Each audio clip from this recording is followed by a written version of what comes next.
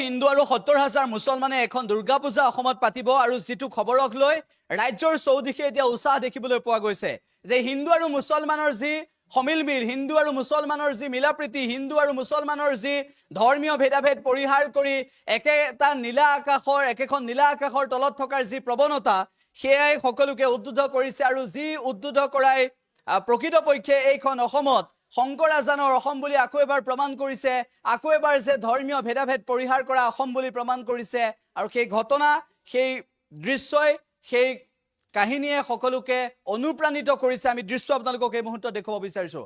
এইখন অসমৰে এটা ঘটনা আৰু এইখন অসমতে হিন্দু মুছলমানে একত্ৰিতভাৱে বছৰ বছৰ ধৰি যি দুৰ্গা পূজা অনুষ্ঠিত কৰিছে হিন্দু মুছলমানৰ সম্প্ৰীতিৰে, সেই দুৰ্গা পূজা আকৌ এবাৰ অনুষ্ঠিত কৰিবলৈ আগবাঢ়িছে। আমি সেই দৃশ্য আপোনালোকক এই মুহূৰ্তত দেখুৱাইছোঁ।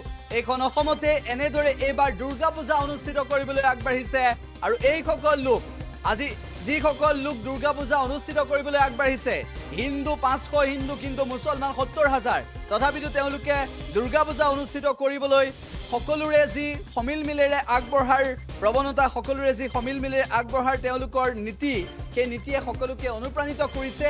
এয়াই অসম, এইখনেই অসম যিখন অসমত হিন্দু আৰু মুছলমানৰ ভেদাভেদ নাই বুলি প্ৰমাণ কৰিব পাৰিছে আৰু এনেধৰণৰ অনৈক্যৰ মাজত ঐক্য, ধৰ্মীয় ভেদাভেদ পৰিহাৰ কৰাৰ এটা খবৰ, যিটো খবৰ আমি আপোনালোকক এই মুহূৰ্তত জনাইছোঁ। কিছু মন্তব্য আছে সেই পূজা কমিটিৰ, শুনাই ল'ব বিচাৰিছোঁ।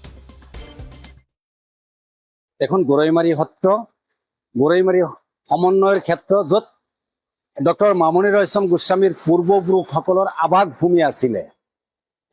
গতিকে সেই আৱাস ভূমিত আমি হিন্দু মুছলমান সকলোৱে ৰৈ আছো।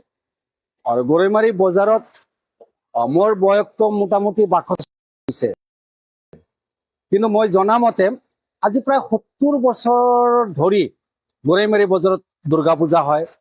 কেৱল দুৰ্গা পূজা নহয়, বিভিন্ন পূজাও হয়। আৰু সেই পূজাত গৰৈমাৰী বজাৰখনত দেখা যায় বৰ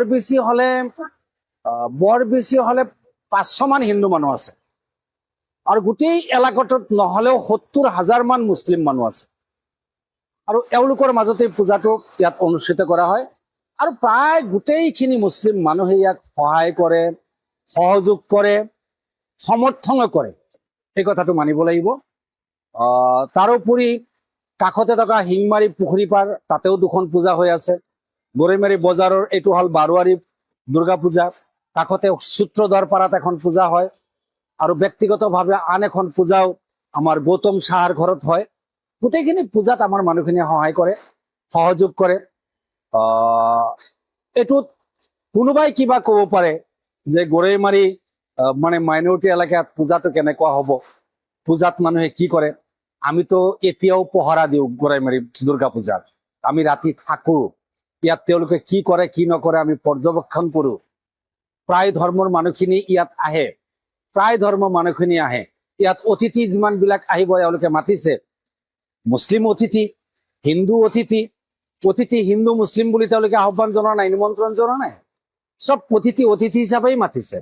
আৰু আপোনালোকে জানি আচৰিত হ'ব, গৰৈমাৰী বজাৰত এইটো দুৰ্গা মন্দিৰ কাষতেই কিন্তু আমাৰ মছজিদখন।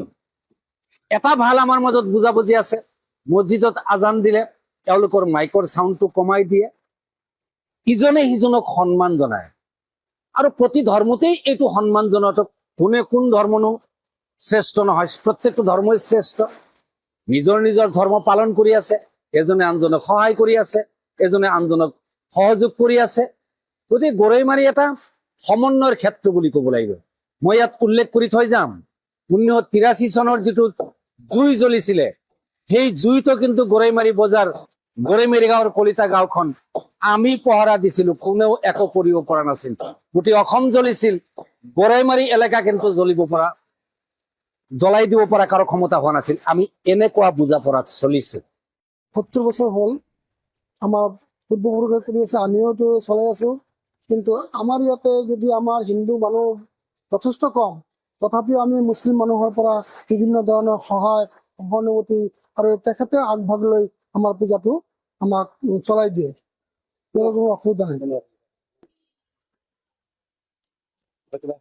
আমাৰ পূৰ্ণ পৰ্যায়ৰ সহায়ক, যেতিয়া আমি সাংস্কৃতিক সন্ধিয়া পাতো, তেখেতলোকে আহে, অডিয়েঞ্চ তেখেতলোকৰ বেছি হয় আৰু পৰিচালনা তেখেতসকলে কৰে।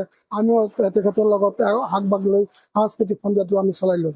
মানে মুছলমান মানুহে আমাক সহায় কৰে বিচৰা সময়তে আমাৰ যিহেতু মানে হেৰি সিহঁতে লগে ভাগে থাকি আইন শৃংখলা বজাই ৰখাৰ কাৰণে সিহঁতে ল'ৰা ছোৱালী আমাক সহায় কৰে। এখন যিকোনো খবৰৰ বাবে যোগাযোগ কৰক 7099017330 অথবা 7099017990 নম্বৰত।